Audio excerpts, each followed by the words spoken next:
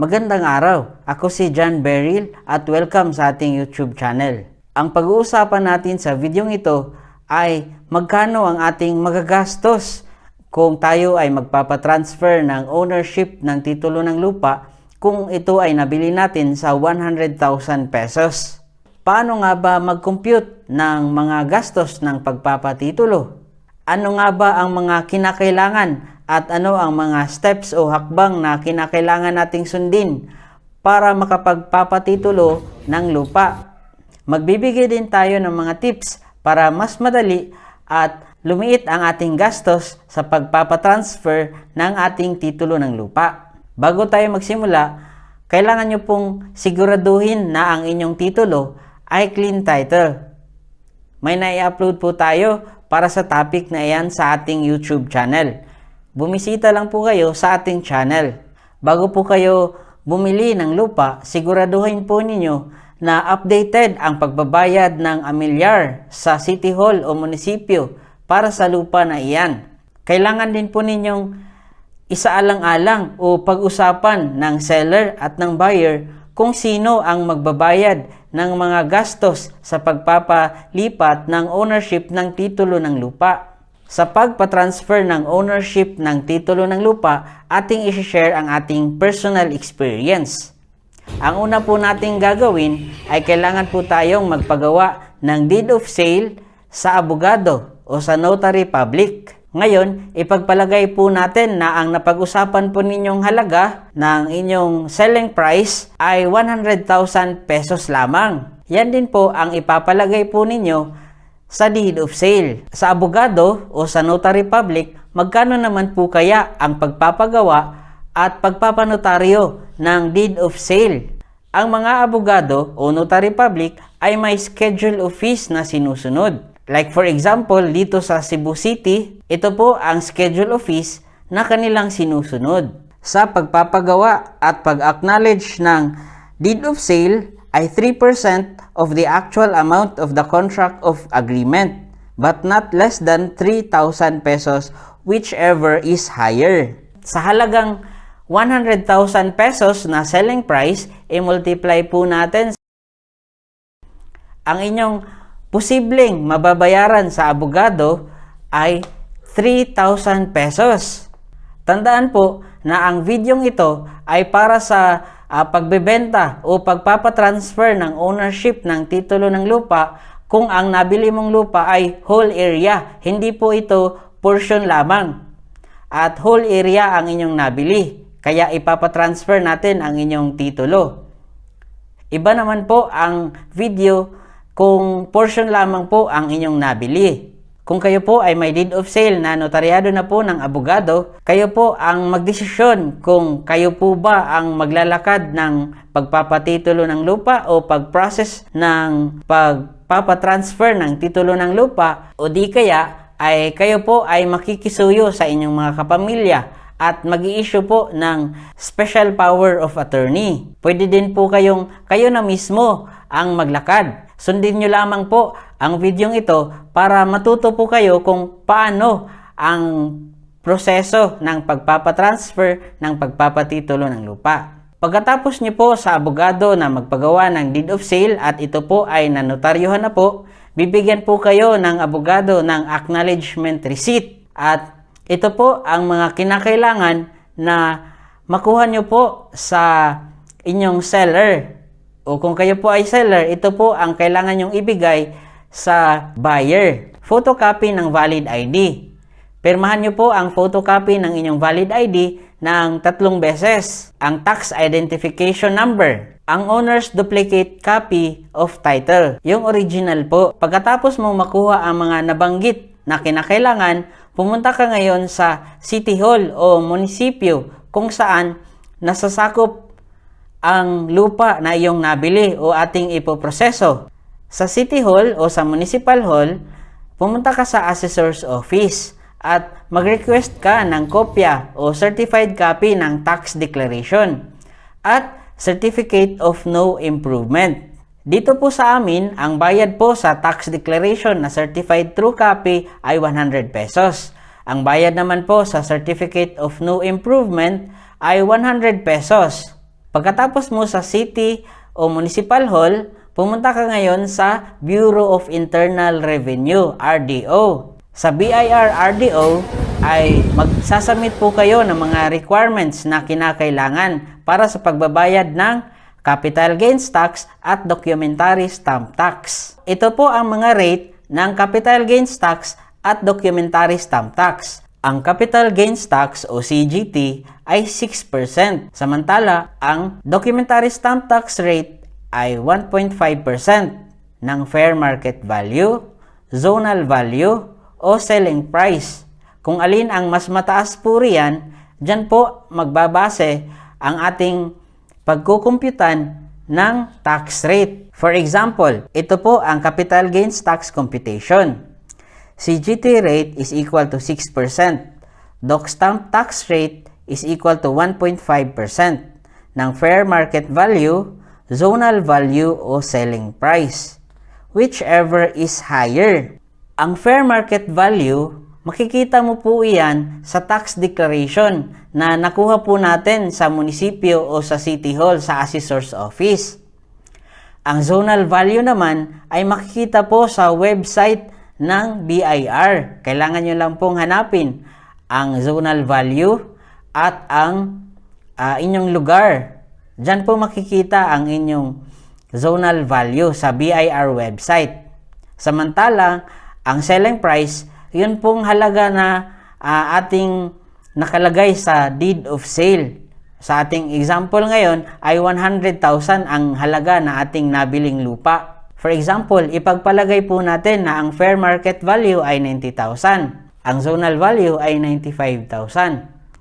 Ang selling price naman ay 100,000 pesos, whichever is higher.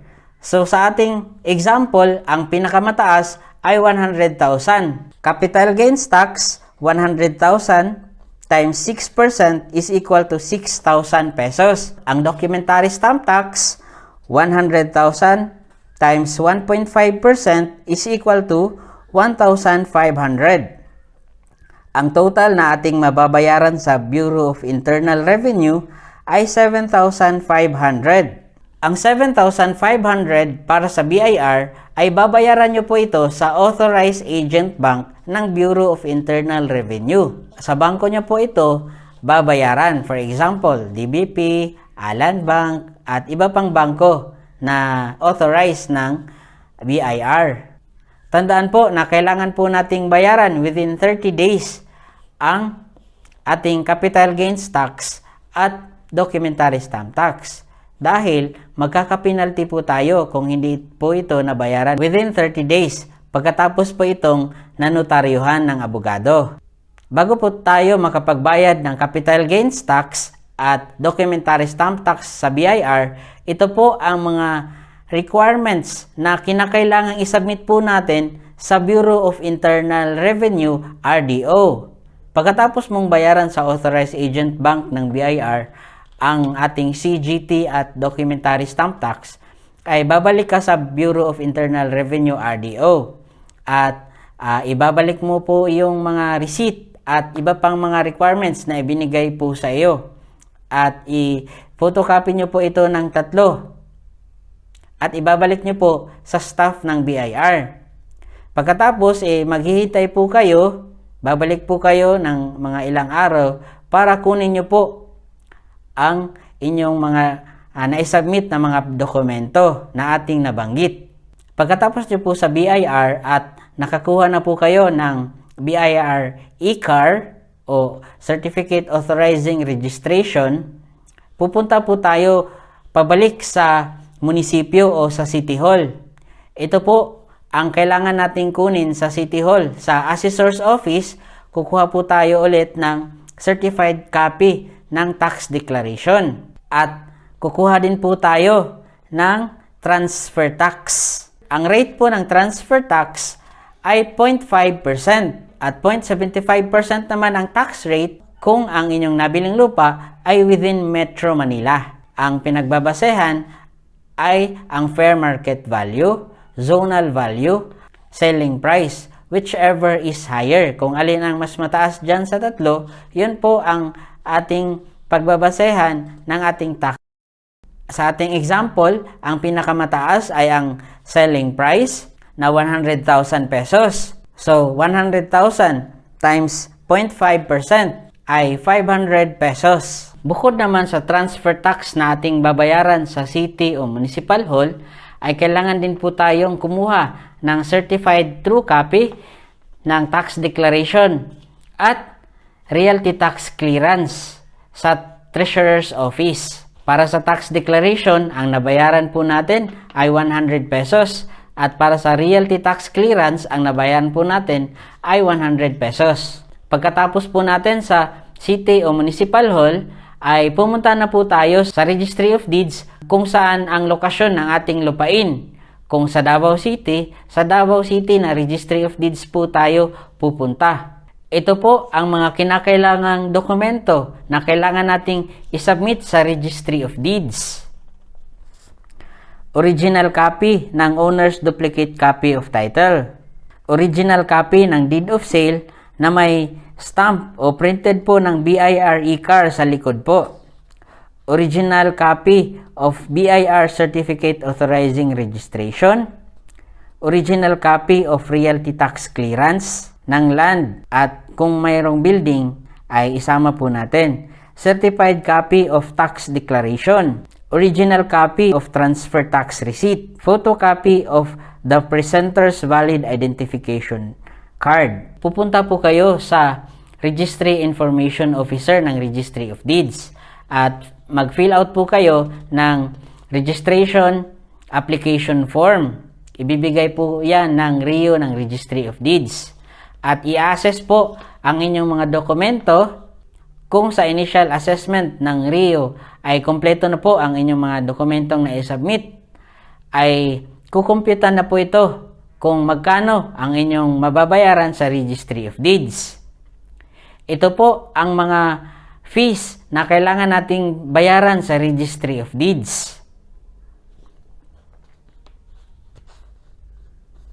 Sa 100,000 pesos na halaga ng ating selling price na nakasaad sa ating deed of sale, nagpa-compute po tayo sa Registry of Deeds.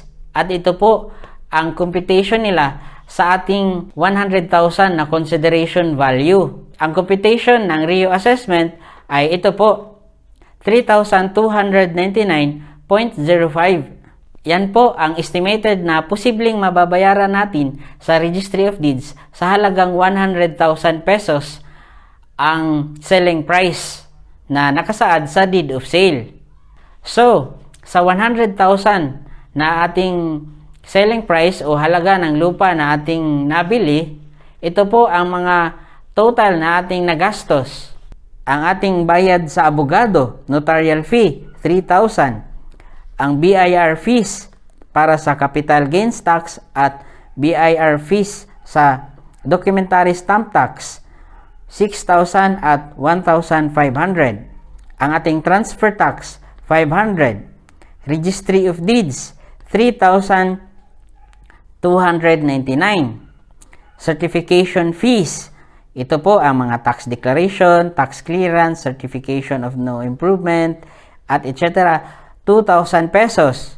Miscellaneous, photocopies, doc stamps, transportation, 5,000. Ang estimated po natin sa ating nagastos kung tayo ay magpapalipat ng ownership ng titulo ng lupa, ito po ang total. Sa inyong paglalakad o pagpapa-transfer ng titulo ng lupa, kailangan po ninyong kumonsulta sa isang attorney o sa isang lawyer o di kaya sa registered real estate broker.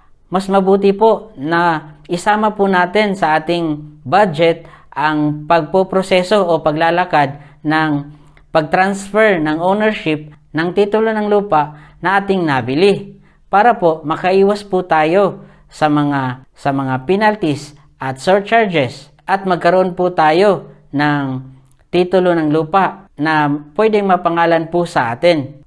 Sana po ay natulungan ko po kayo sa ating video. Mag-subscribe at i-hit ang notification bell para updated po kayo sa ating mas marami pang videos na makakatulong po sa inyo sa pagpapatitulo ng lupa at pagninegosyo. God bless po sa ating lahat.